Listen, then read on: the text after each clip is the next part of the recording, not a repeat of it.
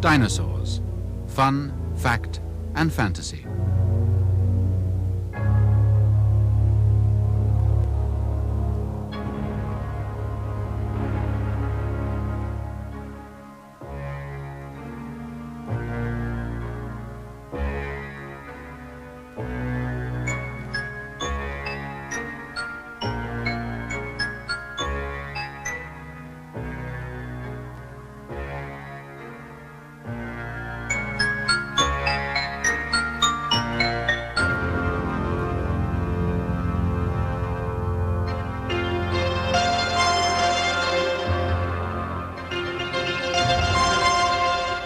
The dinosaurs.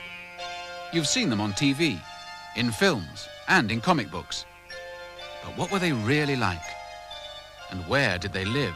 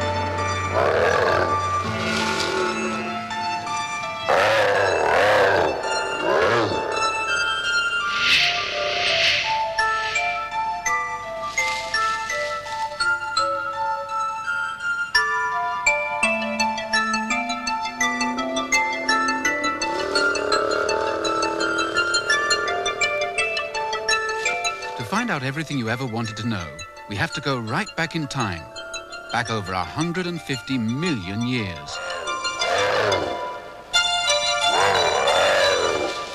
To the time this terrible fight first took place. As you can see, it's not a very pleasant time to be around. And this swampland isn't a very safe place to be. That's because the age of the dinosaurs happened a very long time ago. And although this scene actually took place here in England, it was a very different England to the one we know today. There were no towns and villages, and none of the fields and woodlands that we see today. It was a time long before the first men and women were on the earth. A time when this world was a very different place to the world we know. And it was covered with all kinds of extraordinary plants and even more extraordinary animals. And when the dinosaurs were around, a map of the world would have looked like this. The countries, Africa and India, are both next to South America, and Britain and Europe far closer to North America than they are today. So although all of the countries were around then, they were in very different places. Since the age of the dinosaurs, the main land areas of the world, the continents, have gradually been drifting apart, and it has taken millions of years to do so. Today's world, of course, now looks like this. We live now in a period called the Quaternary, and it's lasted for about 1 million years. And although that seems a very long time to us, it's actually just a very short time in the total life history of the world. If we go back 10 million years, however, we find ourselves in a very different period. We find ourselves in the Tertiary Age.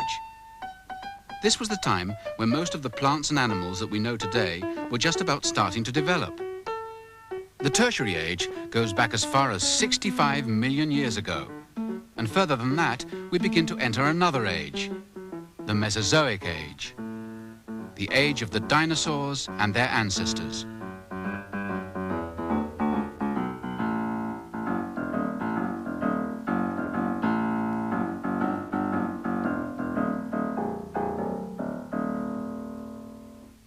During the Mesozoic Age, the age of the dinosaurs, the weather was rather warmer than it is today. As we have seen, the countries of the world were all much closer together, and so there was very little difference between the different seasons. As a result, all kinds of plant life could grow all the year round in very hot conditions to provide food and shelter for all kinds of weird and wonderful animals, including, of course, the dinosaurs. Just look at them. Did you ever see such wicked eyes? Did you ever see such fearsome teeth? Did you ever see such a terrible face? Here, I beg your pardon? A crocodile? What are you doing here? What do you mean, what am I doing here? This is where I live. But you're not a dinosaur, you're a crocodile. Well, all right, if you want to get technical, I'm not a real dinosaur. But me and all the other crocodiles in the world are descended from the same group of animals as the dinosaurs. Most of my ancestors were around during the age of the dinosaurs. In fact, I remember my great-great-great-great-great-great-great-great-great-grandfather telling me that his great-great-great-great-great-great-great-grandmother said she could remember them quite clearly. So you know all about them? Anything you want to know, I'm your man, or rather, I'm your croc. Because man didn't arrive on the scene until much later, as you know.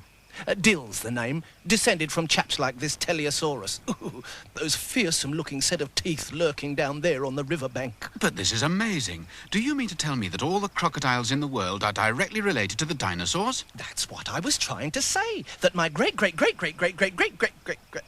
Oh, no, hang on. I'll tell you another way. About 250, a million years ago, this great big gruesome creature began to grow and grow. It was called the Thecodontian. It made reptile history, 'cause the fierce old Thecodontian began the dinosaur dynasty. Now there were all kinds of dinosaurs, as you will shortly see. And related to the dinosaur is the crocodile. Yes, you're right, that's me.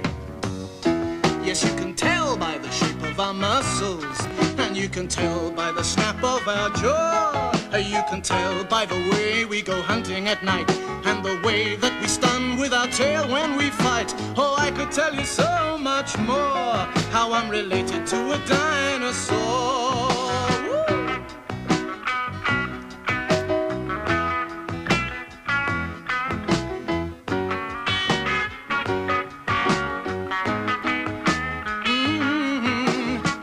Tell you so much more, how I'm related to a dinosaur. Well, we lay eggs just like hens do. We live in rivers and swamps, and we can run faster than the average man when we're out of the water and we're on the dry land. Oh, I could tell you so much more, how I'm related to a dinosaur. So, crocodiles and dinosaurs are both descended from the same ancestor. As the song says, that fierce old Thecodontian. According to the reference book, there are something like 800 different kinds of dinosaur.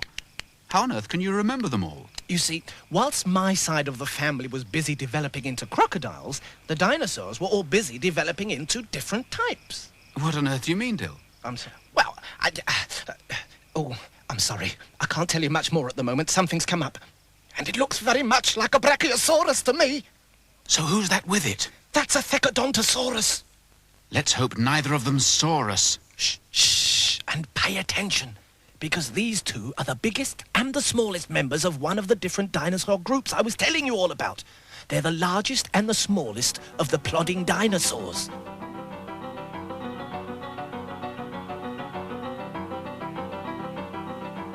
Now, these two, on the other hand, are the biggest and smallest of the bird-footed dinosaurs. The big ones are Shantungosaurus, and the little one's got an even longer name, Micropachycephalosaurus. They're just two out of scores of bird-footed dinosaurs. Micro means small, doesn't it, Dill? That's right, but you need a big breath to say it. Get your head down. Here come the killer dinosaurs, and that could mean real trouble. The big one is the worst of the lot, the Tyrannosaurus. And the smallest is that chicken-sized little monster, the Compsognathus. Because most of the dinosaurs were vegetarians, they dined only on plants and leaves. But some really were meat-eating monsters that would kill anything that got in their way.